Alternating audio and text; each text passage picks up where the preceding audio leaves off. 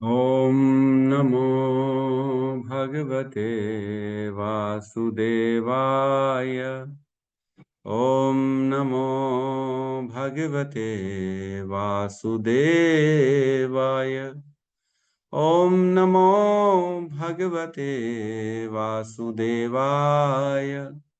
यः स्वानुभावम् अखिलं श्रुतिसारमेकम् आध्यात्मदीपम् अतितीर्षितां तमोऽन्धम् संसारिणां करुणयः पुराणगुह्यम् तं व्याससूनम् उपयामि गुरुं मुनीनां। नारायणं नमस्कृत्य नरं चैव नरोत्तमं देवीं सरस्वतीं व्यासं ततो जयमुदीरये। श्रवणतां स्वकथा कृष्ण पुण्यश्रवणकीर्तिनः हृदयन्तस्थो हि अभद्राणि विधुनोति श्रुहितसताम्। नष्टप्रायेषु अभद्रेषु नित्यं भागवत सेवया भगवती उत्तम श्लोके भक्तिर्भवति नैष्टिकी।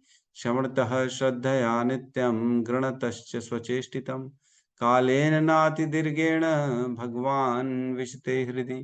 कृष्णाय वासुदेवाय देवकी नंदनाय च नंदगोपकुमाराय गोविन्दाय नमो नमः। नमः पंकजनाभाय नमः पंकजमालिने नमः पंकजनेत्राय नमस्ते पंकजांग्रिये। जय श्री कृष्ण चैतन्य प्रभु नित्यानंद श्री अद्वैत गदाधर श्रीवासादि गौर भक्ता वृंद। हरे कृष्णा कृष्णा कृष्णा हरे हरे हरे राम राम राम हरे हरे। हरे कृष्णा कृष्णा कृष्णा हरे हरे हरे राम राम राम हरे हरे। हरे कृष्णा कृष्णा कृष्णा हरे हरे हरे राम राम राम हरे हरे। हरे कृष्णा। सभी भक्तों का स्वागत है प्रातःकालीन श्रीमद् भागवतम के सत्र में। हरे और कृष्णा कल हम प्रभु जी, धन्यवाद, प्रणाम। हरे हरे कृष्ण कृष्ण प्रभु जी, सादर प्रणाम।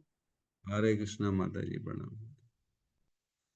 तो कल हमने श्लोक क्रमांक 13 को लिया था, दूसरा स्कंद दूसरा अध्याय। इसमें लेते हैं, इसमें कहते हैं ध्यान की प्रक्रिया श्री भगवान के चरण कमलों से प्रारंभ करते हुए उनके हस्ते मुखमंडल तक ले जाएं।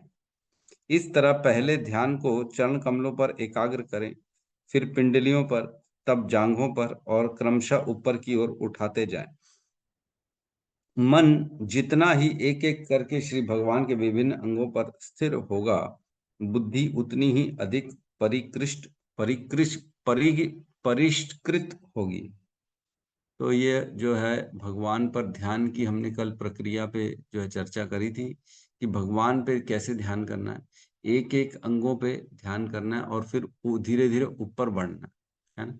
और इसमें सबसे बड़ी इंपॉर्टेंट बात है कि जैसे जैसे एक अंग पे ध्यान होगा, बुद्धि की कुछ मात्रा शुद्ध हो जाएगी, मन उसमें एकाग्र होगा। जब मन एकाग्र होगा तब मन और बुद्धि दोनों धीरे धीरे शुद्ध होंगी। थोड़ी शुद्ध होगी, फिर ऊपर बढ़ेंगे, फिर थोड़ी शुद्ध होगी, फिर थोड़ी ऊपर बढ़ेंगे, शुद्ध होगी। इस प्रकार से व्यक्ति जो है ना अपने चित्त को पूर्ण रूप से शुद्ध कर लेगा, है ना। चित्त शुद्ध हो जाएगा तो फिर जो है गंदे विचार, बद्ध अवस्था और आध्यात्मिक ज्ञान ऑटोमेटिकली अंदर प्रवेश करेगा। ये सब दूर हो जाएगा, भोगों से फिर व्यक्ति दूर हो जाएगा और अपने आप को शुद्ध करेगा, इंद्रिय तृप्ति से परे हो जाएगा, ऐसे गंदे विचारों से दूर हो जाएगा। और फिर धीरे धीरे वो आध्यात्मिक ज्ञान को ग्रहण करना स्टार्ट कर लेगा और अपने आप को भगवान की तरफ, भगवान के चरणों में प्रेम प्राप्ति की तरफ बढ़ जाएगा। तो इसमें हमने पढ़ा था यह विधि है धीरे धीरे जिससे भगवान में हमें जो है प्रेम प्राप्त हो जाएगा। तो आज हम श्लोक क्रमांक 14 में प्रवेश करेंगे।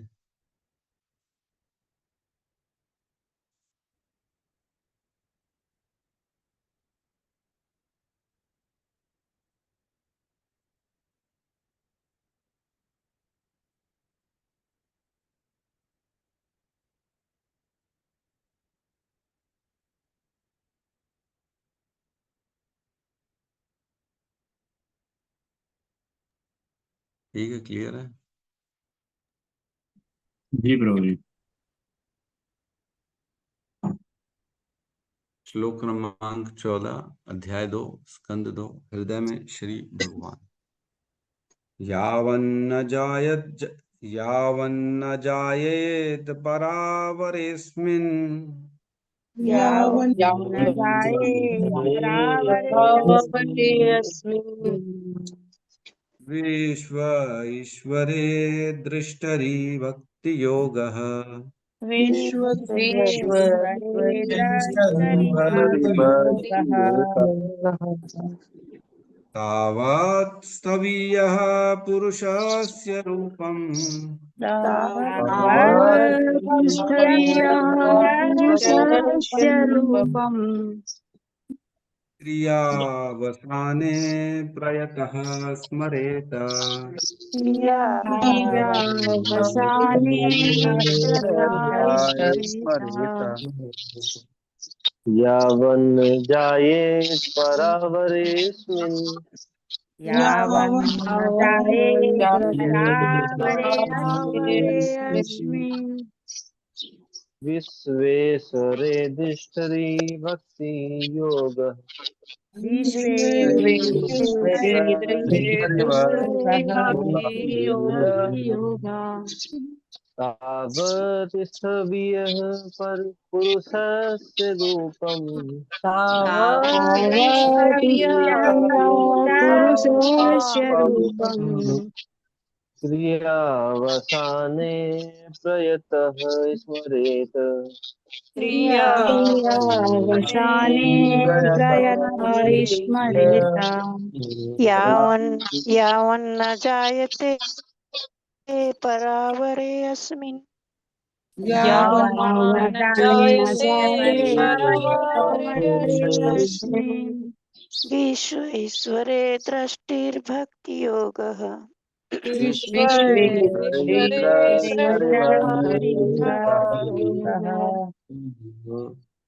तावत् स्थाव्य पुरुषस्य रूपम् पुरुषस्य रूपम् क्रियावसाने प्रयतः स्मरेत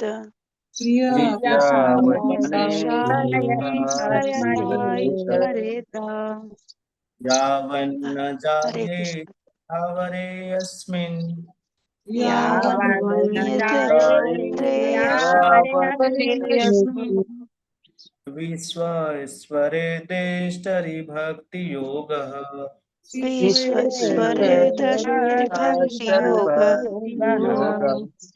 तावत् स्थवियः पुरुषस्य रूपम् तावत् पुरुषस्य रूपम् क्रियावसाने प्रयतः स्मरेत क्रियावशानः स्मरेत अनुवाद। जब तक स्थूल भौतिकवादी व्यक्ति दिव्य तथा भौतिक दोनों ही जगतों के दृष्टा परमेश्वर की प्रेमा भक्ति विकसित न कर ले, तब तक उसे अपने कर्तव्यों को पूरा कर लेने के पश्चात श्री भगवान के विराट रूप का स्मरण या ध्यान करना चाहिए। ओम अज्ञानतिमिरन्धस्य ज्ञानाञ्जनशलाकया चक्षुरुन्मिलितं येन तस्मै श्री गुरुवे नमः। श्री चैतन्य मनोभीष्टं स्थापितं येन भूतले स्वयं रूपः कदा मह्यं ददाति स्वपदान्तिकं। वन्देऽहं श्रीगुरु श्रीयुतपदकमलं श्रीगुरून् वैष्णवांश्च। श्रीरूपं साग्रजातं सहगण रघुनाथान्वितं तं सजीवं साद्वैतं सावधूतं परिजन सहितं कृष्ण चैतन्य देवं श्री राधा कृष्ण पादान् सहगण ललिता श्री विशाखान्वितांश्च।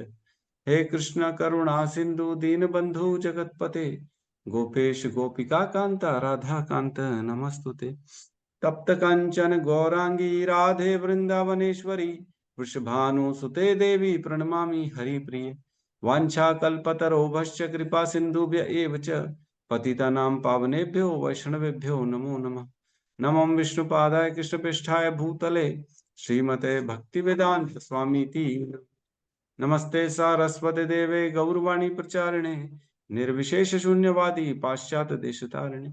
जय श्री कृष्ण चैतन्य प्रभु नित्यानंद श्री अद्वैत गदाधर श्रीवासादि गौर भक्त वृंद। हरे कृष्णा कृष्णा कृष्णा हरे हरे, हरे राम राम राम हरे। हरे कृष्णा। तो बेसिकली ये जो श्लोक है अभी जो इसमें हम अभी प्रवेश कर रहे हैं, 14 नंबर श्लोक है, यह भौतिकतावादी वाले लोगों के लिए है ना। इससे पहले पहले ये लिखा है, जब तक स्थूल भौतिकवादी व्यक्ति है ना दिव्य तथा भौतिक दोनों ही जगतों के दृष्टा परमेश्वर की प्रेम भक्ति विकसित न कर ले।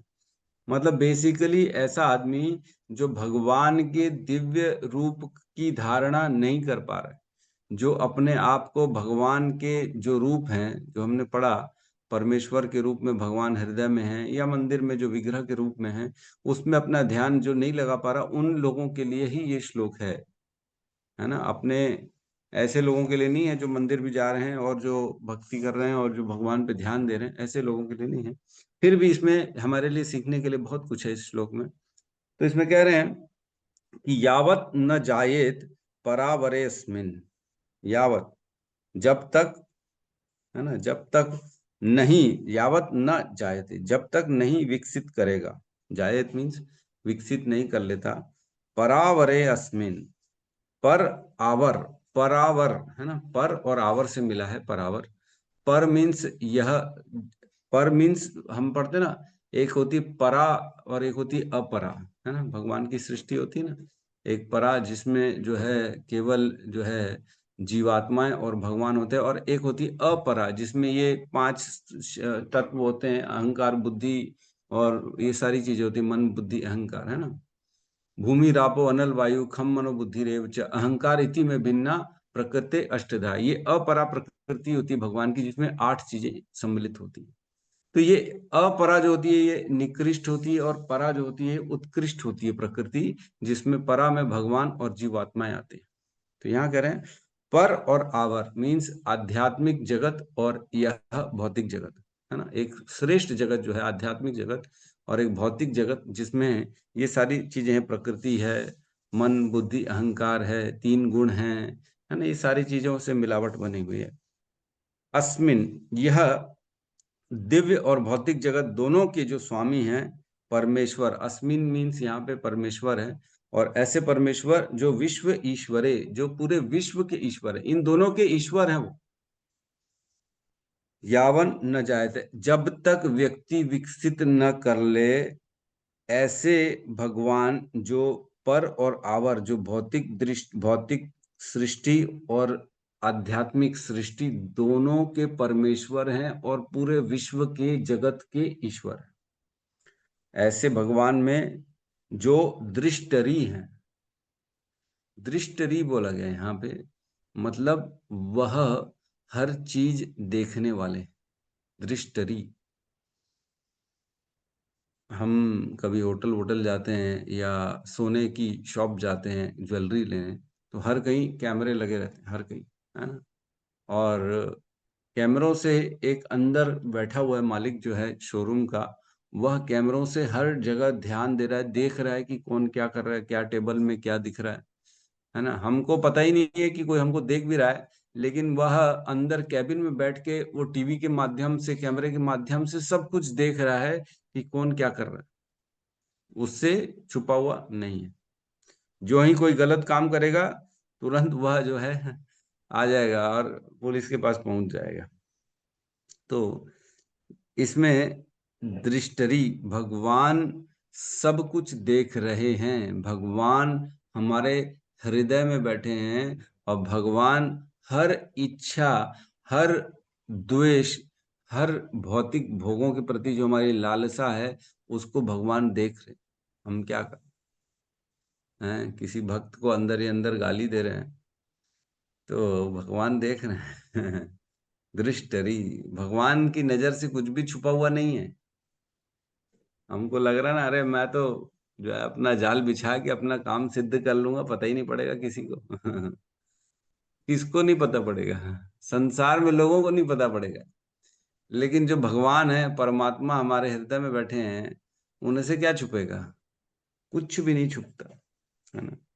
भगवान भगवत गीता के 7वें अध्याय के 26वें श्लोक में कहते हैं, वेद हम समतित्तानि वर्तमानी च अर्जुन भविष्याणि च भूतानि माम तु वेद न कश्चन, कि हे अर्जुन वेद अहम, मैं सब कुछ जानता हूं, मैं सब कुछ जानता हूं, वेद अहम, मैं सब कुछ जानता हूं, समतित्तानि वर्तमानी च अर्जुन, जो हो चुका है भूतकाल में, जो भविष्य में होने वाला है, जो वर्तमान में हो रहा है, ये मैं सब जानता हूं, और मुझसे कुछ भी छुपा नहीं है। लेकिन तुमको कुछ पता नहीं पड़ सकता, क्योंकि तुम जीव हो, मैं परमात्मा हूं, मैं भगवान, भगवान कहते हैं। तो ऐसा नहीं है कि भगवान को केवल अभी हम क्या विचार कर रहे हैं ये पता है, भगवान को ये भी मालूम है कि हम भविष्य में क्या करने वाले।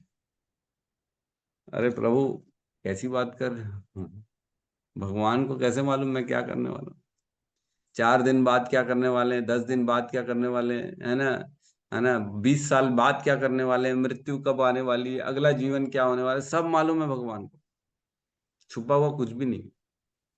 क्यों? क्योंकि वही तो सारी चीजों के पीछे के करता है, उनसे छुपा कुछ भी नहीं। हम अपनी भावनाओं को, अच्छा भक्ति कर रहे, सपोज करो जो साधना कर रहे हैं, जो नाम जप कर रहे हैं, कितनी उसमें हम प्रगाढ़ता से कर रहे हैं, ये केवल हमको मालूम है ना। बोल तो देते हैं, डाल तो देते हैं, Prabhu ji 25 chanting rounds of chanting done, Prabhu ji 64 rounds of chanting done.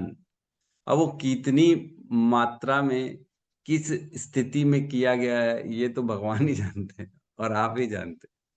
दूसरे तो यही बोलेंगे, अरे वाह वाह, आप तो बड़े उत्कृष्ट भक्त हो, आप तो 60 माला करते हो, आप तो 50 माला करते हो, आप तो 90 माला करते हो। लेकिन भगवान को मालूम है कि वो किस भाव से किया गया, कितनी उसमें प्रेम डाला है हमने, कितना उसमें अपने आप को जो है ना स्वच्छ हृदय, शुद्ध हृदय से किया है, ये उन्हीं को मालूम है, भगवान। एक बार एक गुरुकुल में बच्चे आए थे, मैंने ये 2-3 बार बताया, एग्जाम्पल फिर बता रहा हूँ, शॉर्ट में बता रहा हूँ। तो गुरुकुल में बच्चे थे, गुरुदेव ने सभी बच्चों को एक एक केला दिया, बोला ऐसी जगह जाना जहां कोई ना देखे तुमको। तो सब बच्चे होशियार, कोई गुफा में खा रहा है, कोई रात के अंधेरे में खाया, किसी ने पहाड़ में चढ़ के खाया, किसी में पानी में घुस के खाया, सब ने अलग अलग अपने अपने ढंग से खाया। कभी किसी ने कंबल ओढ़ के खा लिया कंबल ओढ़ के। तो अगले दिन गुरुदेव ने बोला खा लिया बेटा सबने, तो बोले हाँ हाँ हमने खा लिया। सबसे पूछे कहाँ खाया, तो बताया किसी ने, हमने पहाड़ में खाया, हमने कभी कंबल में खाया, कभी हमने बोला रात के अंधेरे में खाया। एक बच्चा बेचारा वो चुप था, बोले पाप गुरुदेव मैंने तो खाया ही नहीं। बोले गुरुदेव ने बोला क्यों नहीं खाया, तो बोले गुरुदेव ऐसा कोई स्थान ही नहीं था जहां मेरे को भगवान नहीं देख रहे थे, भगवान तो हर कहीं देख रहे थे। तो गुरुदेव ने उसको आशीर्वाद दिया, बोले हाँ तुम ही जो है सही मायने में ध्यान, तुम ही सही मायने में सही दृष्टि से देख रहे हो, क्योंकि भगवान हर कहीं है, भगवान हमको देख रहे हैं। उपदृष्टा अनुमंता च, उपदृष्टा देख रहे हैं ना भगवान, यही तो कह रहे हैं भगवत गीता के 13वें अध्याय में, उनसे छुपा कुछ भी नहीं। हम कई बार देखते हैं अपने घरों में छोटी छोटी चींटियां रहती हैं, जो छोटे छोटे एकदम एकदम निगण्य छोटे से इंसेक्ट्स जिसको हम बोलते हैं, वो बेचारे अपने काम में लगे रहते हैं। चींटी शक्कर ढूंढती है, उठाती है और चली जाती है। तो चींटी को क्या लग रहा है कि उसको कोई देख नहीं रहा है ना, लेकिन हम उसको देख रहे हैं। कई बार चींटी हमारे स्किन में, हमारे बॉडी में भी चलती है, उसको क्या पता मैं किसी व्यक्ति के ऊपर चल रही हूँ, उसको लगता है मेरे को कोई देख नहीं रहा, मैं फटाफट अपना काम करके आ जाऊंगी। लेकिन उसको नहीं मालूम है कि हम उसको देख रहे हैं, है कि नहीं। कोई देखता है, इंसेक्ट सोच सकता है क्या कि मेरे को कोई देख रहा है? छोटे छोटे जो है मच्छर हैं, छोटे छोटे जो है, और भी बहुत सारे अलग अलग तरह के प्राणी हैं, वो अपने अपने कार्य करते हैं। उनको लगता है कोई ऐसा है नहीं जो हमको देख रहा है, लेकिन वाकई में हम उनको देखते रहते हैं। हमको मालूम है वो चींटी क्या कर रही है। मात्र एक अगर हम उस पे पानी का लोटा डाल देंगे तो बेचारी का पूरा सब तबाह हो जाएगा, उसका घर गृहस्थी सब खत्म हो जाएगा, है कि नहीं। लेकिन हमको भी ऐसे ही लगता है कि मैं चुपचाप अपना काम कर रहा हूँ, अपना घर बार ये बना रहा हूँ, ये कर रहा हूँ, अपने कार्यों को सिद्ध कर रहा हूँ, पाप कर रहा हूँ, कपट कर रहा हूँ, छल कर रहा हूँ, किसी को पता ही नहीं पड़ेगा, मैं चुपचाप अपने कार्य सिद्ध कर लूंगा, कोई देखने वाला तो है ही नहीं। लेकिन उपदृष्टा, एक ऊपर बैठे हैं जो सब कुछ देख रहे हैं, हमारे हृदय की भावनाओं को भी देख रहे हैं, हम क्या छल कर रहे हैं, क्या कपट कर रहे हैं, सब नोटिंग होता जा रहा है, एक एक चीज नोट हो रही है, और एक दिन सबका हिसाब देना पड़ेगा। तो ऐसा व्यक्ति कभी ना सोचे कि मुझे देखने वाला कोई नहीं है। दृष्टरी, हर जगह देख रहे हैं भगवान, हर किसी के हृदय में झांक रहे हैं। एक्चुअल में हमको विचार आ रहा है, वो विचार तक उनको मालूम है। ये कितनी बड़ी बात है। तो अपने आप को शुद्ध करें, गंदे विचार ना लाएं किसी भी वैष्णव के प्रति, किसी भी जीव के प्रति, है ना। ये सब चीजें तो टेम्पररी हैं। छल कपट से आदमी कभी सुख प्राप्त नहीं कर सकता। कभी पद प्रतिष्ठा टेम्पररी ऐसे दिखेगा जरूर कि हाँ हाँ मैं ऊपर जा रहा हूँ। कई बार ऐसा भी आपने देखा होगा, कुछ लोग है ना हमारे सामने ही छल कपट करते हैं, जबकि हमने देख भी लिया है, फिर वो ऐसे प्रिटेंड करते हैं कि जैसे मैंने, अरे अरे मैं प्रभु जी, और बातों के होशियार होते ना, अरे नहीं नहीं आपको नहीं मालूम, मैंने ऐसे कर लिया था वैसे कर लिया था, जबकि आपको मालूम है, आपने देखा है उसको।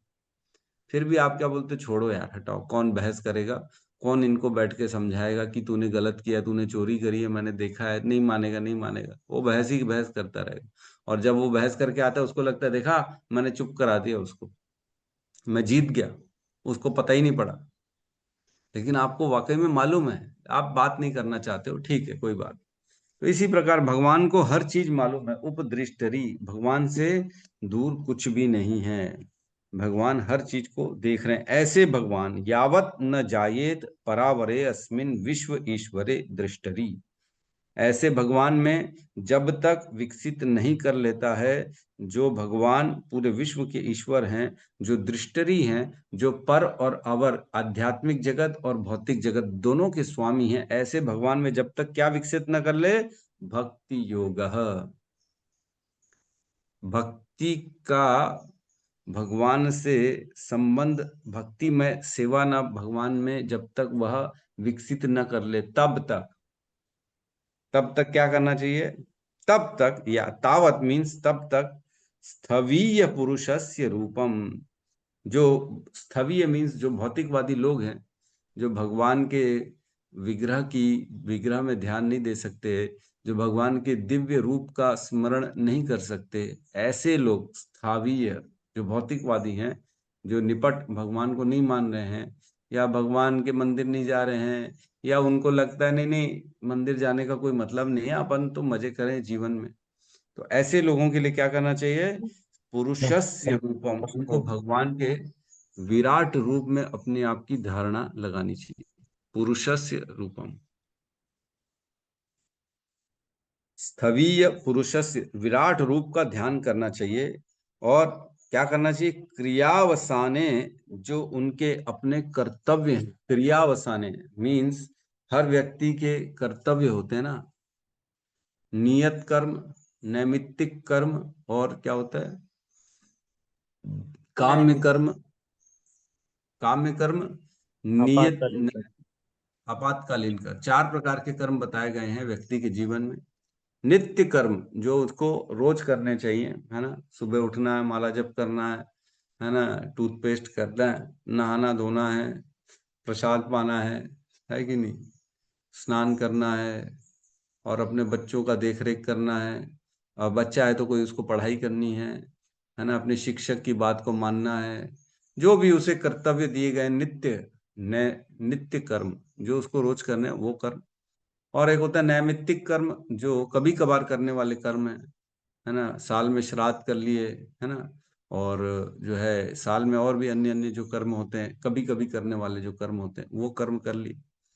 और उसके बाद होता है काम्य कर्म, ये करने नहीं होते हैं, ये होती है इच्छा के लिए व्यक्ति जो काम करता है, काम में कर्म, अरे मेरी प्रबल इच्छा है कि मैं कार खरीदूं, मेरी प्रबल इच्छा है कि मैं भोग करूं, मैं इसका संग करूं, मैं उसका संग करूं, मैं वहां जाऊं, मैं टीवी देखूं, मैं मोबाइल देखूं, मैं पिक्चर देखूं, है ना।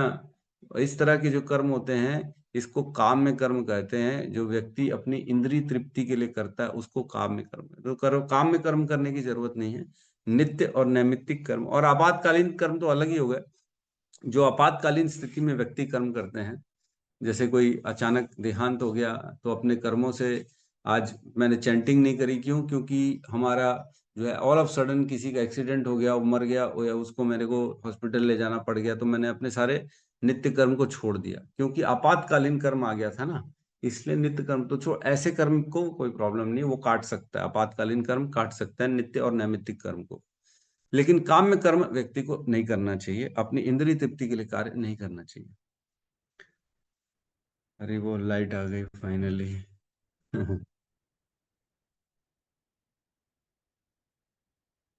तो यहाँ पे क्रियावसाने का अर्थ यह है कि हर जो वर्णाश्रम धर्म में जो गृहस्थ हो, चाहे ब्रह्मचर्य हो, चाहे वानप्रस्थ हो, सन्यासी हो, सबके लिए अलग अलग कर्म बताए गए। उन कर्मों को करना बेसिकली, जैसे दान है, यज्ञ है, तपस्या है, ये सबको करना चाहिए। हर व्यक्ति को दान, यज्ञ, तपस्या करनी चाहिए।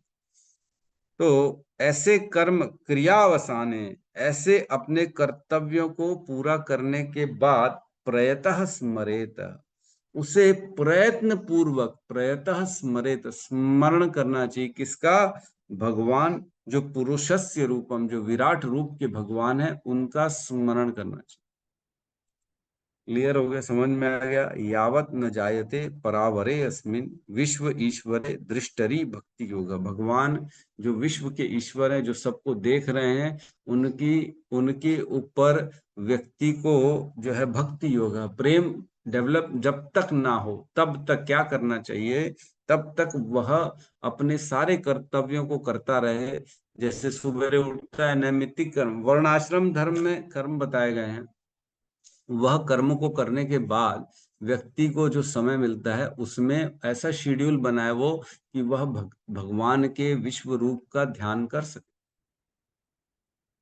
लेकिन आजकल तो उल्टा ही हो गया है कि नहीं? व्यक्ति इतना कामों में उलझा गया है कि उसको समय ही नहीं मिल। व्यक्ति ने अपना शेड्यूल ऐसा बना लिया है कि 14-14 घंटे काम कर रहा है, 12-12 घंटे, इतना बिजी लगा हुआ है कि उसके पास समय ही नहीं है। आराम भी ले दे के घर को भी समय नहीं दे रहा है, आराम भी नहीं कर पा। तो इतना ज्यादा उद्यमी नहीं बनना चाहिए व्यक्ति को, इतना ज्यादा अत्यधिक काम में लिप्त नहीं होना चाहिए कि पता लगा वह समय नहीं निकाल पा रहे भगवान के लिए। अगर ऐसा होगा तो हम अपने मनुष्य जीवन का उद्देश्य ही खो देंगे। तो यहाँ स्टेप बाय स्टेप का वर्णन किया गया है। सबसे पहले क्या करना है? जो दिव्य रूप में ध्यान नहीं कर सकता, उसी के लिए बात चल रही है। ऐसे व्यक्ति जो भौतिकवादी हैं, जो निपट केवल अपने कार्यों में बिजी लगे हुए हैं, उनके लिए पहले उनको क्या करना चाहिए? विराट रूप में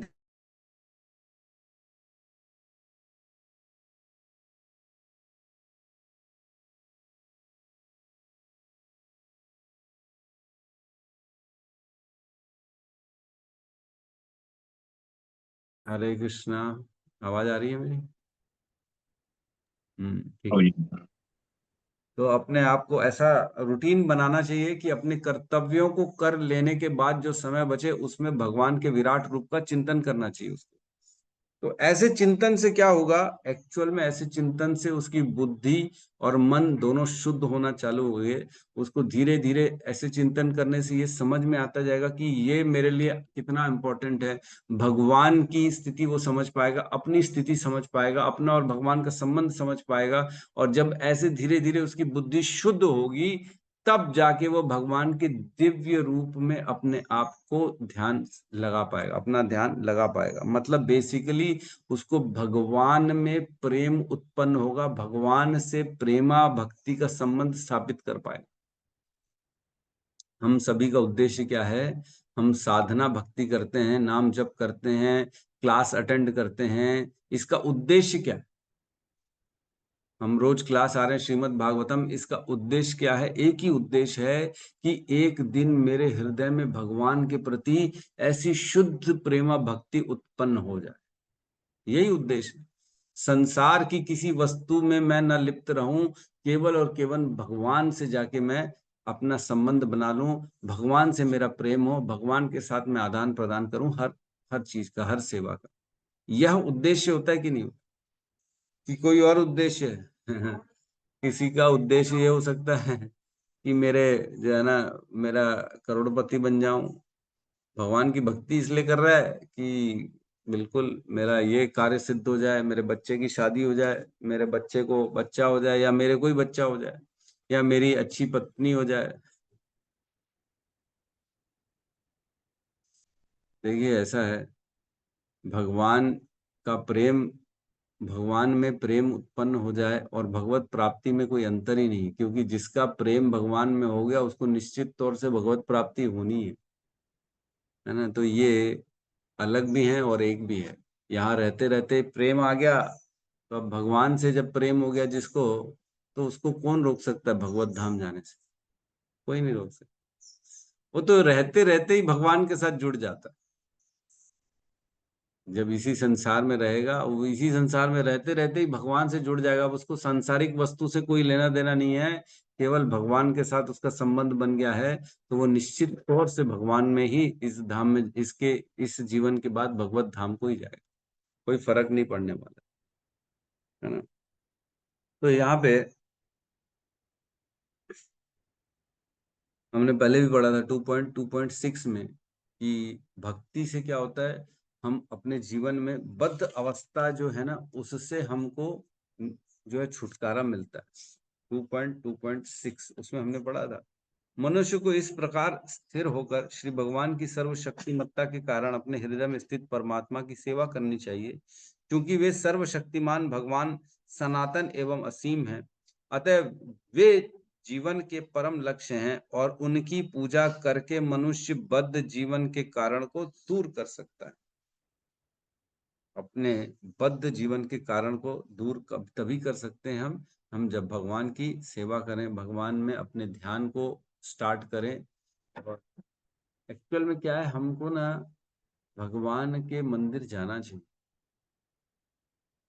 जैसे जैसे हम भगवान के मंदिर जाते हैं ना, हम भगवान, हमने पढ़ा था 2 श्लोक पहले, भगवान का इतना जो मुखारविंद है वो इतना उदार है। हमने पढ़ा था ना, उनकी जो भावें हैं, उनकी जो गति है, उससे ये पता पड़ता है कि भगवान जो है ना, इतने उल्लासमय है, उतने उदार हैं कि वो सब कुछ देने वाले, है ना। श्लोक नंबर 12 में हमने पढ़ा था, श्री भगवान की भव्य लीलाएं तथा उनके हास्यमय मुख की उल्लासमयी चितवन उनके व्यापक वरदानों के संकेत हैं।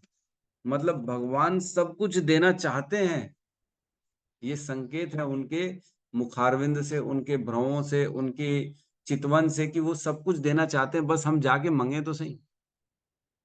हम जाएंगे ही नहीं। अरे कई लोग बोलते अरे जाने की क्या जरूरत है, हम यहीं बैठे बैठे मांग लेंगे। बैठे बैठे कौन, हम जब होटल जाते हैं तो व्यक्ति बुलाता है, वेटर इधर आओ इधर आओ, इधर बैठे बैठे हमसे ऑर्डर लो, हम उधर आ जाएंगे नहीं तुम्हारे को ऑर्डर देने के, इधर बैठे बैठे लो और इधर बैठे बैठे हमको सर्व करो। तो व्यक्ति को ऐसा लगता है कि नहीं, भगवान भी यहीं बैठे बैठे से मेरे से सारी जो है ना, मेरी बातें समझ लेंगे, मेरे को यहीं बैठे बैठे वरदान दे देंगे। ऐसा नहीं, उनको जाना पड़ेगा, उनकी सेवा करनी पड़ेगी। जब हम देंगे तभी हमको मिलेगा, अदरवाइज नहीं। तो हमें अपने वर्णाश्रम के धर्मों को करते करते ऐसा शेड्यूल बनाना चाहिए, ऐसा अपना टाइम बनाना चाहिए कि जो कर्म का समय है वो अलग रहे, और जो हमें चिंतन भगवान के प्रति हमने जो समय निर्धारित किया है वो अलग हो। एक दूसरे के साथ उसको मिसमैच नहीं करना चाहिए, मिक्स नहीं करना चाहिए। ऐसा शेड्यूल हम सबको बनाना ही चाहिए, क्योंकि अगर नहीं बनाएंगे तो धीरे धीरे क्या होगा, फिर ये समय, काम का समय बढ़ता चला जाएगा और भगवान का समय कम होता चला जाएगा, है कि नहीं। धीरे धीरे होता ही है। लगता है अरे रोज तो पढ़ रहे हैं, आज कम पढ़ लेते हैं ना, क्या फर्क पड़ेगा, आज छोड़ो ना, आज श्लोका कल सुन लेंगे, प्रभु जी तो सुनाते ही हैं, हर चीज सुन लेंगे, क्या फर्क।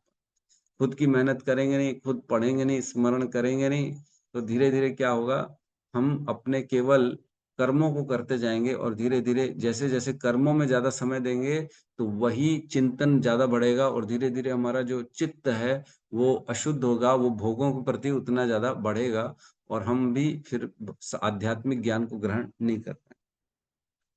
तो हमने पढ़ा था 1.2.13 वर्ण आश्रम का उद्देश्य क्या है, वर्ण आश्रम क्यों बनाया गया है, ताकि हम धीरे धीरे अपने कार्यों से भगवान में अपनी मति को लगाएं। यह वर्ण आश्रम का उद्देश्य ही है। शादी इसीलिए ही कराई जाती है व्यक्ति की कि ताकि वह धीरे धीरे ऐसा अपना माहौल बनाए कि धीरे धीरे खुद भी, अपनी पत्नी को भी, अपने बच्चों को भी भगवान की स्मृति में लगाए, भगवान की सेवा में लगाए, काम भी करे और सेवा भी लगे। अतः पुंभी द्विज श्रेष्ठ वर्ण आश्रम विभागशः स्वनिष्ठुतस्य धर्मस्य संसिद्धिम हरितोषण। संसिद्धिम हरितोषणम, भगवान में हमको उनकी तुष्टि करनी, भगवान की तुष्टि, ऐसा कार्य करना है जिससे भगवान संतुष्ट हो। जो भगवान ने आदेश दिए उन कार्यों को करना है, यही उद्देश्य है वर्णाश्रम धर्म का। ठीक है, तो अपने आप को इतने बिजी ना करें कि 14-14 घंटे काम करें, 12-12 घंटे केवल काम में लगे हुए हैं, एकदम उद्यमी बने हुए हैं, ऐसे ऐसे एकदम प्रगाढ़ कर्मिक बन गए हैं, कर्म करने वाले। मैं देखता हूँ बेचारे कई लोग सुबह सुबह 5 बजे 4 बजे निकल जाते हैं काम करने, चिल्ला रहे हैं बेचारे, है ना, काम ही काम कर रहे हैं, रात तक काम कर रहे हैं, और उनको ऐसा लग रहा है कि मेरे काम से मेरा भरण पोषण हो रहा है, जो मैं कमा रहा हूं उससे मेरा जीवन व्यापन हो रहा है, उनको ऐसा लग रहा है। लेकिन यद्यपि ऐसा नहीं है, भगवान ने सबके जीवन यापन की व्यवस्था पहले से ही कर दी। तो ये भ्रम है, माया के द्वारा ये भ्रम पैदा किया जाता है कि मैं जो कार्य कर रहा हूँ उसी से मेरा काम हो रहा है। तो इसमें एक बहुत इंपॉर्टेंट लाइन है तात्पर्य में, उसमें कहते हैं प्रभुपाद, ज्यों ही ऐसा ध्यान प्रारंभ हो जाता है, मनुष्य में दैवी गुणों का विकास हो जाता है और सारा संसार समस्त लोगों के लिए एक सुखमय तथा शांतिप्रद आवास लगने लगता है। जैसे ही हमारा भगवान में भक्ति योग उत्पन्न हो जाता है, भगवान से प्रेम स्थापित हो जाता है, तब व्यक्ति में सारे दैवी गुण उत्पन्न हो जाते हैं। यही श्लोक में है 5.18.12, 5:18-12। उसमें कहते हैं यस्यास्ति भगवत भक्ति अकिंचन सर्वैर्गुणास्तत्र समासते सुरः हराव भक्तस्य कुतो महद्गुणा मनोरथेन आसति बहि, है ना, मनोरथेन, केवल वो माया के वश में आके, या तो बहिरंगा माया, बहिरंगा जो शक्ति है भगवान की माया, व्यक्ति उसकी सेवा करेगा। अदरवाइज अगर उसने भगवान में भगवत भक्ति अकिंचन भगवत भक्ति उत्पन्न कर ली है, तो उसके अंदर सारे देवताओं के गुण ऑटोमेटिकली प्रकाशित हो जाते हैं, है ना। सर्वैर गुणास्तत्र समासते सुरा, जो देवताओं के गुण है उसके अंदर सारे के सारे समाहित हो जाते हैं। और हराव अभक्त से कुतो महत गुणा, अगर हरि का अभक्त है तो उसके अंदर कहां से कोई गुण आएगा, कोई गुण नहीं आएगा। तो इस प्रकार हमने पढ़ा है कि जो भगवान की भक्ति करता है उसमें सारे गुण ऑटोमेटिकली देवताओं के गुण आ जाते हैं। तो उद्देश्य क्या है, हमें भगवान में धीरे धीरे प्रेम उत्पन्न करना है। जब तक नहीं हो तब तक हम इस संसार में विराट रूप का ध्यान करें। जैसे जैसे विराट रूप का ध्यान करेंगे हमारा मन शुद्ध होता चला जाएगा, बुद्धि शुद्ध होती चली जाएगी, और जैसे जैसे बुद्धि शुद्ध होगी तो हम धीरे देखेंगे कि हम भगवान में चिंतन बढ़ा सकते हैं अपना। ठीक है, अगले श्लोक पर 15 नंबर श्लोक में प्रवेश करते हैं। स्थिरं सुखं चासनमास्थितो यति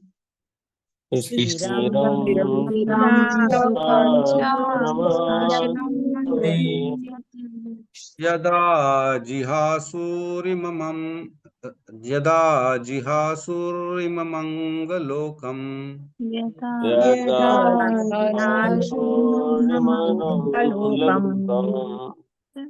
काले च देशे च मनो न संजयेत्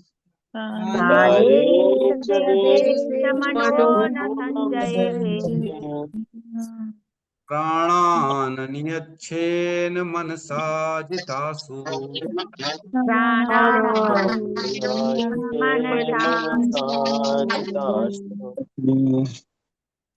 स्थिरं सुखं चासनमास्थितो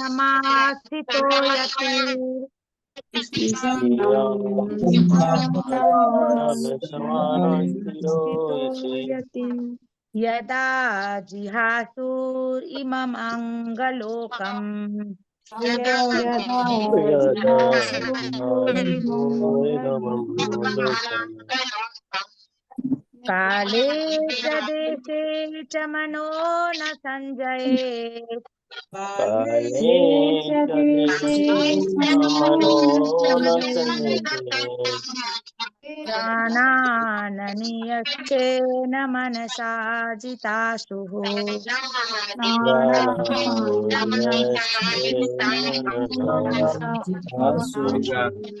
भाई का माइक बड़ा खराब है, किसी का रिपेयर करा लो, डिस्टर्बिंग बढ़ रहा है बहुत ज्यादा, है ना। चेक कर लीजिए किसका गड़बड़ है माइक, है ना। यस, और भी कोई बोलना चाहेगा? श्लोक बोलिए। स्थिरं सुखं च असन्मस्थितो यति स्थिरं सुखं च सममास्थितो यति यदा जिहासुरीममङ्गलोकम् यदा जिहासुममङ्गलोकम् काले च देशे च मनो न सज्जेत् काले च देशे च मनो न सज्जेत् प्राणान् नियच्छेन मनसा जितासुः प्राणान् मनसा जितासुः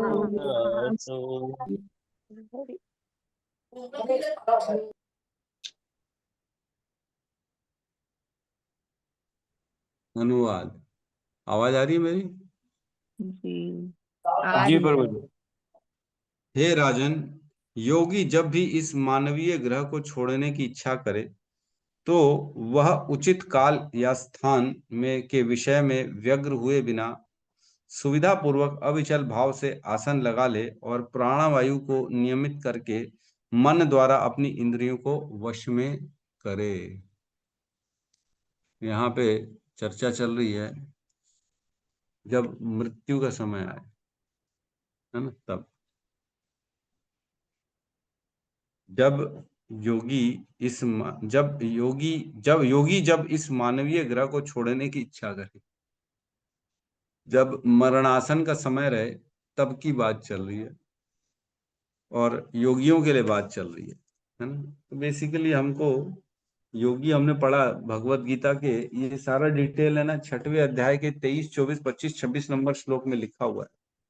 मैं पढ़ रहा हूँ, अनुवादों को पढ़ रहा हूँ। 6, 7, 8, 6वें अध्याय का 23 से लेके, है ना, पढ़ रहा हूँ।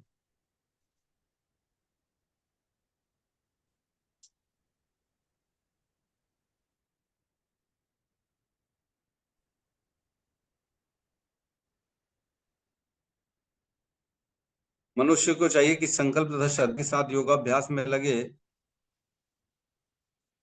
और पथ से विचलित ना हो। उसे चाहिए कि मनोधर्म से उत्पन्न समस्त इच्छाओं को निरपवाद रूप से त्याग दे और इस प्रकार मन के द्वारा सभी ओर से इंद्रियों को वश में कर ले। सॉरी, 6 नहीं 8, मैं गलत पढ़ रहा हूँ। 8.23-24।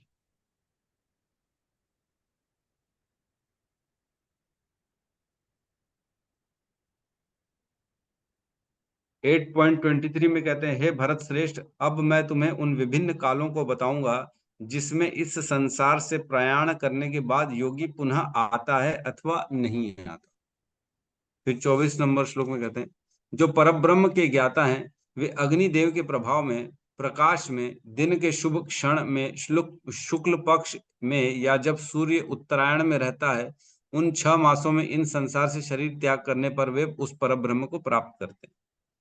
25 में कहते हैं, जो योगी धुएं रात्रि कृष्ण पक्ष में या सूर्य के दक्षिणायन में रहने के 6 महीनों में दिव्यांगत होते हैं, वह चंद्रलोक को जाते किंतु वहां से पुनः पृथ्वी पर चला आता है।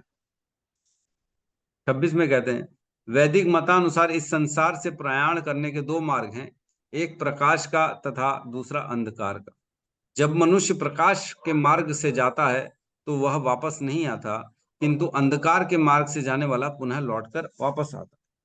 तो इस प्रकार से योगियों का वर्णन चल रहा है। जो योगी होते हैं जो ध्यान का मार्ग यूज करते, भक्ति का मार्ग यूज नहीं करते हैं, वो अपने बल से, अपनी शक्ति से सही समय और सही स्थान में जब अपने प्राणों को त्याग करते, तब वह अपने गंतव्य स्थान को खुद ब खुद अपने आप को पहुंचा देते। अच्छा। मतलब वह योगी अपनी अपने बल से, अपने कार्यों से अपना गंतव्य डिसाइड करता है कि मेरे को कहाँ जाना है, अगला योनि मेरी आत्मा कहाँ जाएगी, मेरी आत्मा स्वर्ग जाएगी, या अगला जीवन मेरे को महरलोक में चाहिए, या अगला जीवन मेरे को तपलोक में चाहिए, ब्रह्मलोक में चाहिए, कहाँ चाहिए। वो अपनी शक्ति से सही स्थान और सही काल का डिसीजन लेके वह अपने ब्रंद रंध से अपने प्राणों को निकालते हैं, जिससे फिर वो उस गति को प्राप्त होते हैं।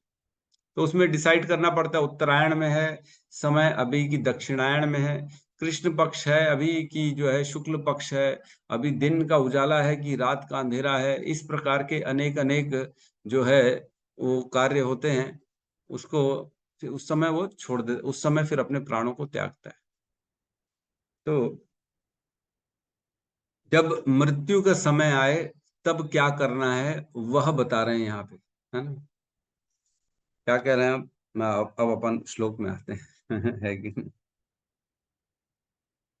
स्थिरम सुखम चा आसनम स्थितो यति, आराम से स्थित होना चाहिए, सुख आसन में बैठना चाहिए व्यक्ति को, स्ट्रेट बैठे अच्छे आसन में, रिलैक्स मोड में, एकदम ऐसा नहीं कि लेटा है बढ़िया अब आराम से वो नहीं होना चाहिए। आराम करे, पता लगा सुख आसन बोले आराम से तो लेट गए बढ़िया, ऐसा टिका के ऐसे तिरछा बैठ गए, एकदम ऐसा हाथ वाथ लगा के ऐसे बैठे, ऐसा नहीं। मतलब एक ऐसा आसन होना चाहिए जिसमें आप कंफर्टेबल हो, प्रेम से स्ट्रेट बैठे, पीठ को सीधी कर लें, है ना। स्थिरम, स्थिर हो वहां पे उस आसन में, सुखम मतलब आरामदायक, आसन अस्थितो यति, ऐसे आसन में बैठना चाहिए, स्थित होना चाहिए। यति, यति मीन्स जो यत्न करने वाले, जो योगी हैं, जो साधु हैं, उनके लिए बता रहे हैं। जो योगी हैं उसको ऐसे आसन में बैठना चाहिए। यदा जिहासुरम इमम इमम अंग लोकम, इस शरीर को छोड़ना जो चाहता है, यदा जिहासु, जब इस शरीर को त्यागना चाहता है वह योगी, तो उसको ऐसे आसन में स्थित होना चाहिए जो सुख और आरामदायक हो, जो स्ट्रेट हो, ऐसे आसन में स्थित होना चाहिए। अंग लोकम, अंग यहाँ पे राजा को कहा गया है। राजा जो परीक्षित हैं, सुखदेव गोस्वामी उसको कह रहे हैं तुम मेरे अंग हो। जैसे कई बार बोलते हैं ना, मेरे राइट हैंड कौन है मालूम है, मेरे ये प्रभु मेरे राइट हैंड, ये मेरे लेफ्ट हैंड है। मतलब क्या है, तुम्हारा राइट हैंड तो बाहें हो गई, अंग हो गया।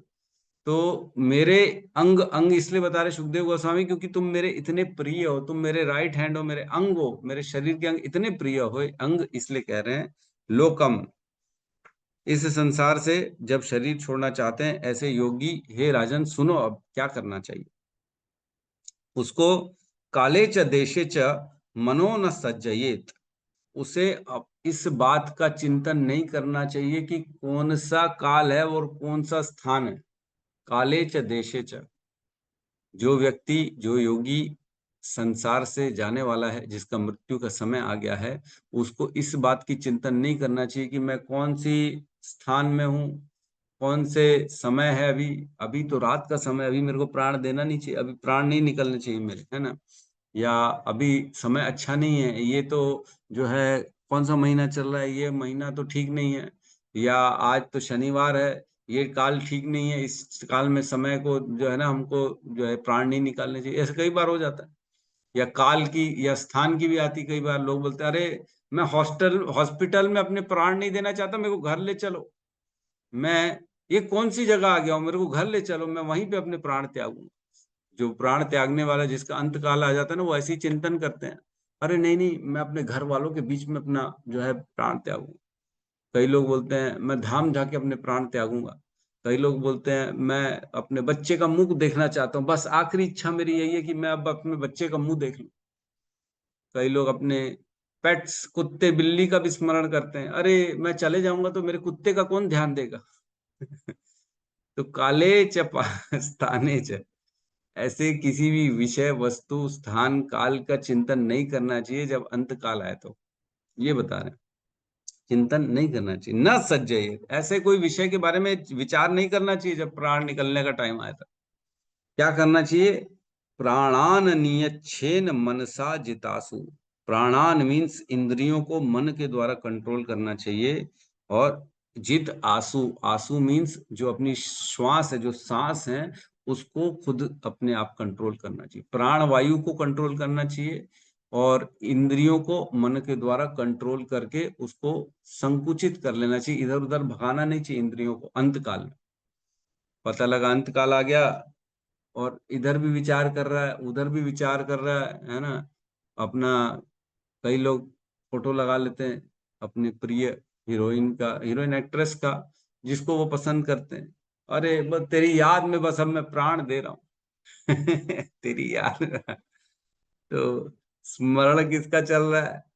किसी अन्य अन्य पुरुष स्त्री का स्मरण चल रहा है। ऐसा नहीं करना चाहिए। वही बता रहे हैं यहाँ पे, अपनी इंद्रियों को वश में करना चाहिए। अपनी आंख, नाक, कान, जीवा सबको कंट्रोल करके अंदर कर ले। बाहरी बाहरी इस भौतिक संसार में किसी भी विषय का चिंतन ना करे। इंद्रियों को पूर्ण तरह से मन के द्वारा कंट्रोल करे और प्राण वायु को भी कंट्रोल करने की कोशिश करे। सांसें जो है ना, हाफ रहा है या जो है ढंग से बैठा ही नहीं है, वो हाँ, मतलब जीवा बाहर निकाल रहा है जैसे कुत्ता सांस लेता है, वैसा नहीं करना चाहिए। ऐसा मैं अब एक्सप्लेन करने के लिए हम थोड़ा थोड़ा उपमा दे रहे हैं, लेकिन ऐसा अदरवाइज नहीं लेना है इसको। लेकिन ऐसा होता है, आपने भी सबने देखा होगा कभी कभी किसी के साथ ऐसा, पिक्चरों में या कभी रियलिटी में भी देखा होगा। लोग इतने ज्यादा विचलित हो जाते हैं जब उनका प्राण निकलने वाला आता है, हाँफते हैं, इधर उधर दौड़ते हैं, कैसे करूं मैं, कैसे अपने आप को बचा लूं। तो ये नहीं करना चाहिए। उद्विग्न नहीं होना चाहिए। व्यक्ति को सुख आसन में शांति से बैठना चाहिए। अपने प्राण वायु को कंट्रोल करना चाहिए। अपनी इंद्रियों को मन के द्वारा कंट्रोल करना चाहिए। और क्या करना चाहिए उसको? काले च दाशे देशे, इन सभी स्थितियों से अपने आप को खींच लेना चाहिए कि मैं कहाँ बैठा हूँ, किसके साथ बैठा हूँ, कौन मेरे को देखना है, किसको देखना है, किसको नहीं देखना है। इन सब को त्याग देना चाहिए व्यक्ति को, है कि नहीं? हमने पढ़ा था श्लोक क्रमांक एक आया था 1.13.26। भेजो तो प्रभु 1.13.26। उसमें लिखा था कि जिसको अंत काल आए उसको अपने घर से दूर जाके अपने प्राणों को त्यागना चाहिए। धीरवान व्यक्ति की डेफिनेशन हमने पढ़ी थी उसमें। कौन है धीरवान? जो अंत काल में अपने परिवार वालों से दूर जाता है और अपने प्राणों को त्याग देता है, वही धीरवान व्यक्ति। तो अपनों से दूर हो जाना चाहिए जब प्राण निकलने का समय आए। नहीं तो आसक्ति आ जाएगी ना। अरे वो रोएंगे बार बार तो हमारा मन वहीं अटकेगा। अरे ये रो रही है, अरे वो रो रहा है, मेरे को बुला रहे हैं। वह अविचलित कहलाता है जो किसी अज्ञात, ये हमने पढ़ा था, कब पढ़ा था? जब हमने पढ़ा था, क्या बोलते हैं, धृतराष्ट्र की जब चर्चा चल रही थी तब हमने पढ़ा था। वह अविचलित कहलाता है जो किसी अज्ञात दूरस्थ स्थान पर जाता है और सभी दायित्वों से मुक्त होकर जब उसका भौतिक शरीर बेकार हो जाता है उसे त्याग देता है ना। तब ये हमने पढ़ा था कि यह धीरवान व्यक्ति कहलाता है अंत काल में जो अपनी सारी आसक्तियों को दूर करके परिवार से दूर चला जाता है और अपने प्राणों को त्याग। हमने देखा जब धृतराष्ट्र का अंत काल आया तब उनको जो है विदुर महाराज जी ने समझाया और उन्होंने भी घर का त्याग दिया। युधिष्ठिर और अन्य अन्य पांडवों को जब पता पड़ा कि अब बस, अब कृष्ण चले गए, अब हमको भी संसार में नहीं रहना, हमको भी अब जो है दूर जाना है, तो उन्होंने भी अपने घर से त्याग दिया था। नारद जी ने भी अपने घर का त्याग दिया था जब उनकी माता चली गई, तो बस बोले अब मेरा क्या आसक्ति, घर में कोई आसक्ति नहीं, घर त्याग के चले गए थे। तो इस प्रकार सभी को हमने देखा कि त्याग चले जाते हैं। इवन भगवान के भगवत गीता में भी कहते हैं ना भगवान, अंत काले च मामे विस्मरण मुक्त्वा कलेवरम या पराति सम अद्भावम याति नस्ति अन संचय। जब भी व्यक्ति का अंत काल है और मेरा स्मरण करता है तो निश्चित तौर से वो मुझको प्राप्त करेगा। और क्या कहते हैं, यम यम वापि स्मरण भावम तजन्ते कलेवरम तम तम एवेति कौन्तो सदा तद भाव भावित। जो जो व्यक्ति अंत काल में जिस जिसका स्मरण करेगा उस व्यक्ति को वह स्थान प्राप्त होगा। जो व्यक्ति अंत काल में जिसका भी स्मरण करेगा अगली योनि उसको वही मिलेगी, है ना। इसलिए कहा जा रहा है अंत काल इज वेरी इंपॉर्टेंट। मरण स्थान जब अंत काल आता है ना, तब अंतकाल कब आता है ये बताओ। ये तो किसी को मालूम ही नहीं कब अंतकाल, क्या पता आज 40-45 लोग हैं, कल 2-4 कम हो जाए, पता ही नहीं पड़ेगा। हम कहाँ गए, अरे वो तो बुलावा आ गया, प्रभु निकल गए टिकट कट गया। तो कब निकल जाएंगे पता नहीं पड़ेगा, इसलिए हमको हर समय भगवान का स्मरण करना चाहिए। हर समय कब निकल जाएंगे पता नहीं। भगवान कहते हैं ना, तस्मात् सर्वेषु कालेषु मम अनुस्मर युध्यस्य च मयि अर्पितो मनो बुद्धि माम एव एषेषि संचय। हे अर्जुन, इसलिए हर काल में मेरा स्मरण करते करते युद्ध करो। तस्मात् सर्वेषु, सभी कालों में तुम मेरा स्मरण करते करते युद्ध करो। अगर तुम ऐसे करोगे तो मुझको ही प्राप्त करोगे। तो हमें भी क्या करना चाहिए, तस्मात् सर्वेषु कालेषु, हमको भी हर काल में भगवान का स्मरण करते करते वह कार्य करे। युद्ध से, हमको तो युद्ध करना नहीं है, नित्य कर्म सा, हमको नित्य कर्म जो करना है। तस्मात् सर्वेषु कालेषु मन मम अनुस्मर्य नित्य कर्म सा, हमको नित्य कर्म जो करने भगवान का स्मरण करते करते करना। अगर ऐसा करेंगे तो अभी हम भी भगवान के धाम पे ही चले जाएंगे। तो एक छोटी सी मैं आप लोगों को एक स्टोरी सुनाना चाहता हूँ, जो सच्ची घटना है ना। जब प्रभुपाद प्रचार कर रहे थे, तब रशिया में प्रचार करने के लिए 2 भक्त उन्होंने भेजे थे, है ना। उनका नाम मेरे को ठीक से याद नहीं है, शायद सचीसुत प्रभु था उनका नाम। जो एक बुक है, ये किसने सॉल्ट एंड पेपर बुक पढ़ी है, किसी ने पढ़ी है क्या? किसी ने पढ़ी है हमारे बीच में? किसी ने भी नहीं पढ़ी है। नहीं सॉरी, सॉल्ट एंड पेपर नहीं, ब्रेड, सॉल्ट ब्रेड ऐसा कुछ है, सॉल्ट एंड ब्रेड। जो प्रभुपाद की बीबीटी की स्मॉल बुक्स आती है, उसमें एक बुक है जिसमें सॉल्ट एंड ब्रेड एक बुक है, जिसमें रशियन डिवोटीज के बारे में बताया गया कि किस प्रकार रशिया में जब प्रचार कर रहे थे, तब 2 भक्तों को उठा के जेल में डाल दिया था, क्योंकि वह सनातन धर्म भगवत गीता का प्रचार कर, उनको बहुत बुरी तरह से यातनाएं दी जा रही थी, बहुत बुरी तरह से मारा जा रहा था, कूटा जा रहा था। उनको बोला जा रहा था कि तुम बता दो, बोल दो ये कि तुम्हारे को जबरदस्ती प्रचार कर रहे हैं, तुमको ये नहीं करना था, फिर भी तुम्हारे से कराया जा रहा है। इस तरह से बेसिकली यह खत्म करने के लिए प्रचार, कृष्ण भावना भावित जो कृष्ण कॉन्शियसनेस का आंदोलन है, उसको खत्म करने के लिए इस तरह का जो है ना बोला जा रहा था। तो वो लोग माने नहीं, बोले हम कुछ भी ऐसा गलत बोलेंगे ही नहीं। तो उनको बहुत मारा गया, सचीसुत प्रभु को बहुत मारा गया। उनकी पीठ जो है ना, उनकी टूट गई थी मार मार खा के। उनकी स्पाइनल कॉर्ड टूट चुकी थी, फ्रैक्चर हो चुका था। वह व्यक्ति जो उठ के बैठने में असमर्थ था, पीछे पीठ की हड्डी टूटेगी तो कैसे बैठ सकता है। ऐसी अवस्था में भी वहां के लोग जो है, जब माला भी नहीं थी उनको, तब वो ब्रेड खाने को देते थे ना, उस ब्रेड के छोटे छोटे बॉल्स बनाते थे, और वो चद्दर में उसको बांध के उन्होंने अपनी माला बनाई थी 108 मनके की, उस माला से वो नाम जप करते थे। ये सच्ची घटना है। सोचो, ब्रेड का बॉल्स बनाया छोटा छोटा, उसको चद्दर में लपेटे और एक एक मनका बनाया बीच बीच में, और उससे फिर माला कर रहे उन्होंने। इतनी स्थिति खराब हो गई थी उनकी अपना उसमें जेल में। फिर उनका अंत काल आया, तब देखा गया, वहां के पुलिस वाले जो भी थे, उन्होंने देखा कि वह आदमी जो मरने वाला था, वह स्ट्रेट बैठ गया, एकदम एकदम सुख आसन में वह बैठे, और उन्होंने अपने पीठ को सीधी कर ली, और वह इतना तेज निकल रहा था उनकी आंखों से, उनके शरीर से, उनके मुख से, कि वह देखने लायक था। और ऐसे आसन में बैठ के उनके शरीरों से उनके शरीर से उनके प्राण निकल गए, मुस्कुराते मुस्कुराते। वह व्यक्ति जिसकी पीठ टूटी हुई है, फ्रैक्चर है स्पाइनल कॉर्ड में, बैठने के लायक नहीं है, अंत काल में उन्होंने ऐसे अपने प्राणों को छोड़ा। तो ये सब हमारे लिए प्रेरणादायक जो है ना, ये सब जो है कथाएं हैं, जिससे प्रेरणा मिलती है कि हाँ, कि वाकई में जिसने अपने जीवन में भगवान का स्मरण किया है, जिसने अपने जीवन को भगवान को समर्पित कर दिया है, उसको अंत काल में भगवान का ही स्मरण होता है। लेकिन जो प्लानिंग करेगा, नहीं नहीं मैं एंड में ही खाली भगवान का नाम ले लूंगा ना, तब कुछ नहीं हो, तब भगवान स्मरण में नहीं है। है ना?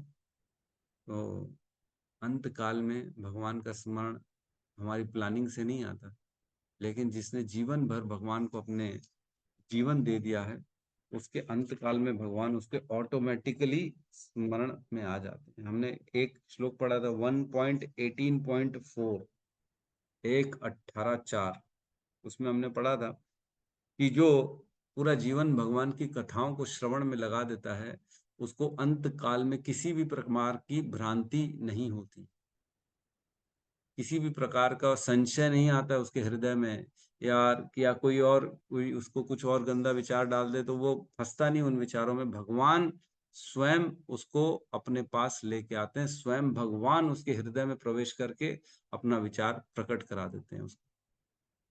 तो इसलिए हमको अपना जीवन सात्विकता से भगवान की कथाओं में अपने आप को लगाना चाहिए, भगवान के नाम में अपने आप को लगाना चाहिए, भगवान के विग्रह की पूजा में लगाना चाहिए, भगवान के अंगों में ध्यान में अपने को लगाना चाहिए, ताकि हम भी फाइनली इस मनुष्य जीवन का जो उद्देश्य है भगवत प्राप्ति उसको कर सके।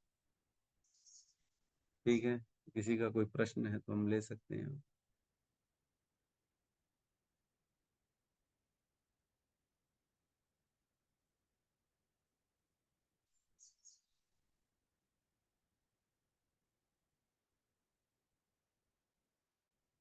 तो वो मुझे याद आ जाता है। और उसने कभी लिए थे और उसने दूसरों को तो वापस कर दिया, मतलब लैक्स में तो अमाउंट नहीं है, 1000 में है, लेकिन अच्छा अमाउंट है। तो मेरे लिए तो बड़ा ही है, क्योंकि मैं तो सर्विस करती थी, मेरे लिए तो बड़ा ही है वो अमाउंट। तो मेरे जब पैसे वो मारे हुए हैं और वो वापस नहीं देते, 5 साल 4 साल हो गए, तो मुझे कुछ भी कहो देख के गुस्सा तो आता हाँ हाँ, है ना, ठीक बात है। है ना। तो उस चीज का, उस स्थिति का क्या करूं? और वो पैसे जो दूसरे हैं, जो दूसरे लोग हैं, उसको वो वापस कर रहे हैं, लेकिन मेरे पैसे वो कहते हैं भैया तुम्हारे तो हस्बैंड हैं, तुम तो हो, तुम्हें तो इतनी जरूरत नहीं है। और जबकि जिसको वो वापस कर रहे हैं वो मेरे से वेल ऑफ हैं, वो बेटर है उनका स्टेटस, लेकिन मेरे पैसे वो वापस नहीं करते। अब मैं भागवतम पढ़ती है तो भौतिक ये सब कुछ, लेकिन फिर भी उनको जब देखती हूँ, दर्शन करती हूँ, तो वो चीज तो आ ही जाती है। और तो ये है ना, आती ही है। मतलब वो जो पैसे थे वो मेरे पापा के दिए हुए थे, मेरे पापा ने मेरा पार्ट था, तो वो चीज है, उस चीज से मैं कैसे उभरूं? आता है, मेरे को आता है। देखिए मैं राखी पे नहीं जाती इसीलिए कि मैं जाऊंगी, मिलूंगी, ये होगा तो मुझे याद आएगी। फिर वो मेरे घर पे विजिट करते हैं, उनको लगता है अरे ये गलत हो रहा है, बहुत रिक्वेस्ट करते हैं, तब मैं जाती हूँ, लेकिन जब मैं देखती हूँ फिर वही आ जाती है फीलिंग। वो 5 साल से हो रहा है। क्या करूं? ये ऐसा है कि जब आप तो पता पड़ जाता है कि आपका, सपोज करो किसी ने पैसा लिया है, आपका चोरी किया है या निकाला है, जैसा भी है, किसी ने आपके पैसे दबा दिए हैं, आपको मालूम है, आप उससे हाँ मांग रहे हो, अब वो नहीं दे रहा है, तो प्रयास किए शुरू में कि भैया देखो ऐसा है कि मेरी चीजें मेरे को तो मिलनी चाहिए ना, इसमें प्रयास तो करना ही चाहिए। लेकिन प्रयास करने के बाद भी अगर नहीं मिल रहा है, सपोज करो फेल होते जा रहे हैं, नहीं मिल रहा है, तो ये सोचना चाहिए कि ये उसी के भाग्य में था, मेरे भाग्य में नहीं था, है ना। तो फिर हम्म उसको त्याग देना ही उचित है, क्योंकि जितना लंबा अगर उसकी आशा करेंगे ना, तो ये कर्म का बंधन बन जाएगा और फिर वो पैसे लेने के लिए दोबारा आना पड़ जाएगा। हाँ, ये बात ये सही ध्यान है। में करें कि अब चलो ठीक है, पैसे तो मिल नहीं रहे, मैंने तो प्रयास कर लिया पूरा अपना, जितना मेरे को ये था यथाशक्ति मैंने प्रयास कर लिया, बोल लिया, शाम दाम दंड भेद सब मैंने उपयोग कर लिया, लेकिन मेरे को पैसा नहीं मिल रहा। तो अब यही सोचना चाहिए कि ठीक है, ये उसी की भाग्यता था, शायद मैंने ही पिछले जन्म में उससे चोरी मैंने भी करी होगी, तभी इस जन्म में उसने मेरे से ले लिया। तो ठीक है, हे प्रभु, आपका ये विधान मुझे मंजूर है, और आज मैंने जो है ना इसको, इसका जो मैंने पहले का मैंने लिया था वो पैसा इसके पास चला गया, अब हमारा नील बटा सन्नाटा है, अब कोई लेना देना नहीं है, अब मेरे को ना इसका पैसा चाहिए, ना मेरे को वापस इससे पैसा के लिए आना है इस संसार में दोबारा, ये इसी का था, इसी का हो गया, अब मेरे को नहीं चाहिए। तो इस प्रकार की भावना रखेंगे तो हम इस कर्म के बंधन से बच जाएंगे। लेकिन अगर ऐसी भावना नहीं रखेंगे तो वो पैसे के लिए दोबारा आना पड़ जाएगा। लेकिन जो याद आ जाती है देखते हुए, क्योंकि जब फैमिली में बैठते हो कहते हैं कि भैया उसका इतना है, उसका तो इतना पेमेंट रह गया है, वो हो गया है किश्त। वो या तो वो जानबूझ के वो डिस्कशन शुरू करते हैं, आप अवॉइड भी करो तो भी, तो वो फिर यादें पुराना रिफ्लेक्शन आ जाता है। ये मेरे साथ होता है प्रभु हाँ, तो जी। फिर जब अगर ऐसी बातें हो रही हैं तो भगवान का स्मरण करना चालू कर दो भाई। अब क्या करें, वो बार बार उसी पॉइंट पे आके पिन कर रहे हैं कि मेरे को पैसे का क्या हिसाब है, लेन देन क्या है, जो भी इस तरह का मतलब उसी टॉपिक से रिलेटेड चर्चाएं आ रही हैं। तो अपने हृदय में भगवान का स्मरण कर सकते हैं, माला चालू कर सकते हैं, हृदय में चिंतन भगवान की तरफ कर सकते हैं कि नहीं नहीं, मेरे विचारों को यहाँ से मेरे को हटाना है। जैसे हम हाँ देखते हैं, जहाँ जहाँ जहाँ मन इंद्रियों के साथ जहाँ मन रहता है, बेसिकली हमारा ध्यान वहीं जाता है। तो अपने अपने मन को वहां से हटा के भगवान के चरणों में लगा दें अपने मन को, तो धीरे धीरे उनकी बातें जो है हमारे दिमाग में घुसेंगी नहीं। तो अपने आप को हाँ बचाना तो पड़ेगा, यही एक उपयोग, यही एक साधन है, यही एक रास्ता है। अदरवाइज तो फिर वही सुनेंगे, फिर ईर्ष्या पैदा होगी, फिर द्वेष चालू हो जाएगा, फिर लगेगा कैसे तो निकाल लूं, ये बदमाश है, इसने मेरे साथ गलत किया है, इसको इसका ये हो जाए, इसका बेड़ा गर्क हो जाए, हम्म। इसका तो खैर ऐसा नहीं सोचती तबाह प्रभु हो जी। जाए, मेरे 100 लिया है तो इसकी 10,000 निकल जाए, इसका शरीर में नहीं, कीड़े लग जाए, ऐसा इसको नहीं सोचती। बीमारियां। ऐसा नहीं सोचती प्रभु जी। प्रभु जी एक क्वेश्चन हो रहा है कि जो डॉग्स का आपने अभी डिस्कशन किया ना, तो कुछ भी कहो, मैं डॉग से थोड़ा सा अटैच्ड है, बचपन से ही था डॉग, अब तो नहीं है, वो मर गया। लेकिन हमारे एरिया में प्रभु जी हमारी सोसाइटी के आगे एक डॉग और बिच है। वो सारी लेडीज को छोड़ते हैं जहाँ पे भी ग्रोसरी शॉप है, और वहां से लेकर आते हैं। मतलब they use to walk with that. हम मेरे 3-4 फ्रेंड्स हैं उनके साथ, तो हमें उनसे अटैचमेंट हो जाता है। जैसे we will go somewhere, they will come behind us, और सबको बाग कर करके दूर भगाएंगे, मतलब सड़क पूरा क्लियर। तो ऐसे में हमारी अटैचमेंट उससे हो जाती है, वो भी गलत है प्रभु जी। जैसे हम उसको देखो, फीड कर देते हैं। आप एक चीज समझो, वो है कौन, है पहले तो तो ये जीव। समझना पड़ेगा ऐसा क्यों कर रहे हैं वो।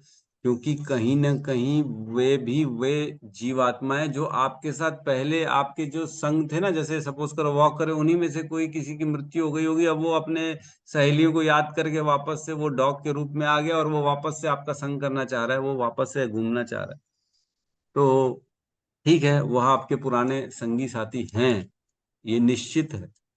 और उन्होंने अच्छा। किसी कर्मवश उनको कुत्ते की योनि में जाना पड़ गया, तो उनको पुराने स्मरण अभी भी हैं कि मैं कैसे इनके साथ पैदल चलती थी या जाती थी, और इनके साथ आज भी मैं इनके साथ आना जाना करूं।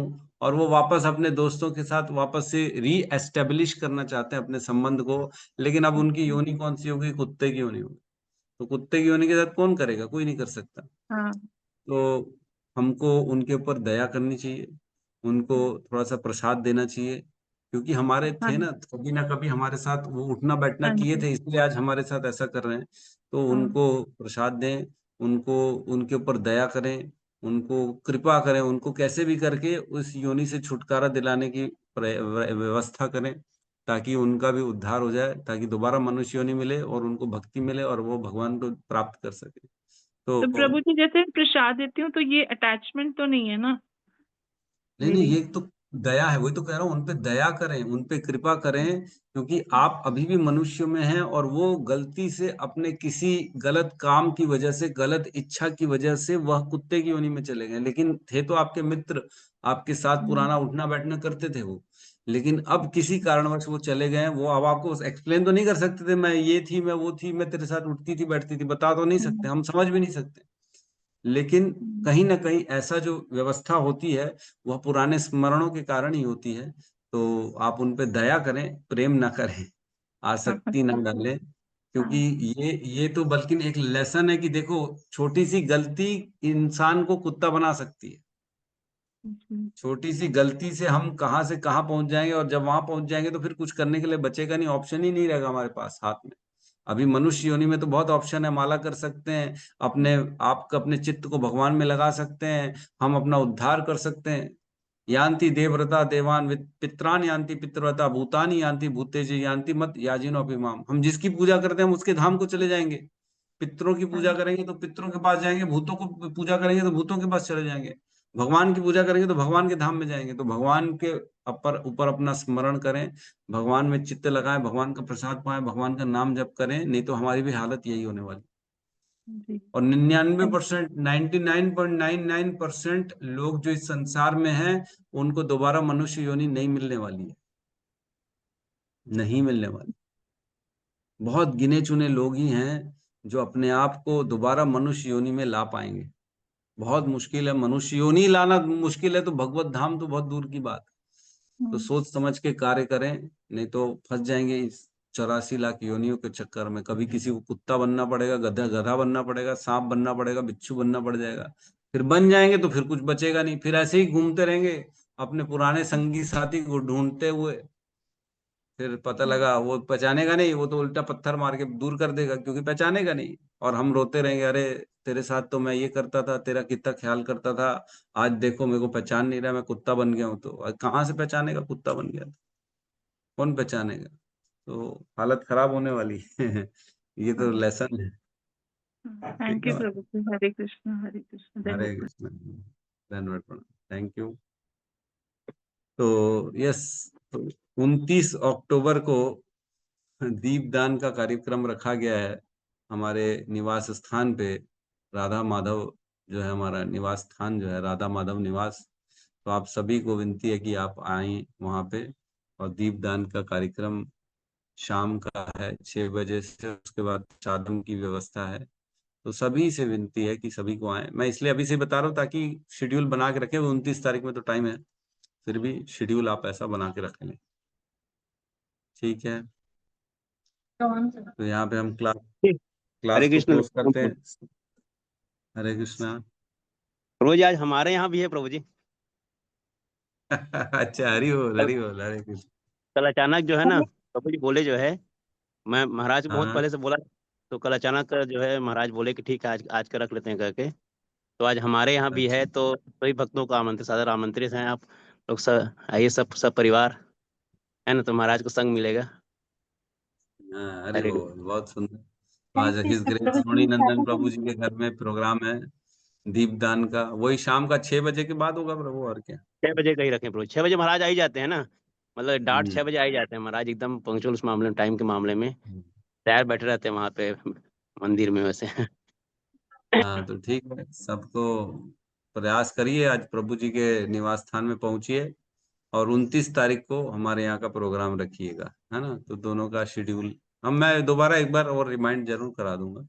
तो प्रभु जी के लिए हरे आज कृष्ण पहुंचे, प्रभु जी। ठीक हरे कृष्ण प्रभु जी। सादर प्रणाम प्रभु जी। एकादशी कब है? है?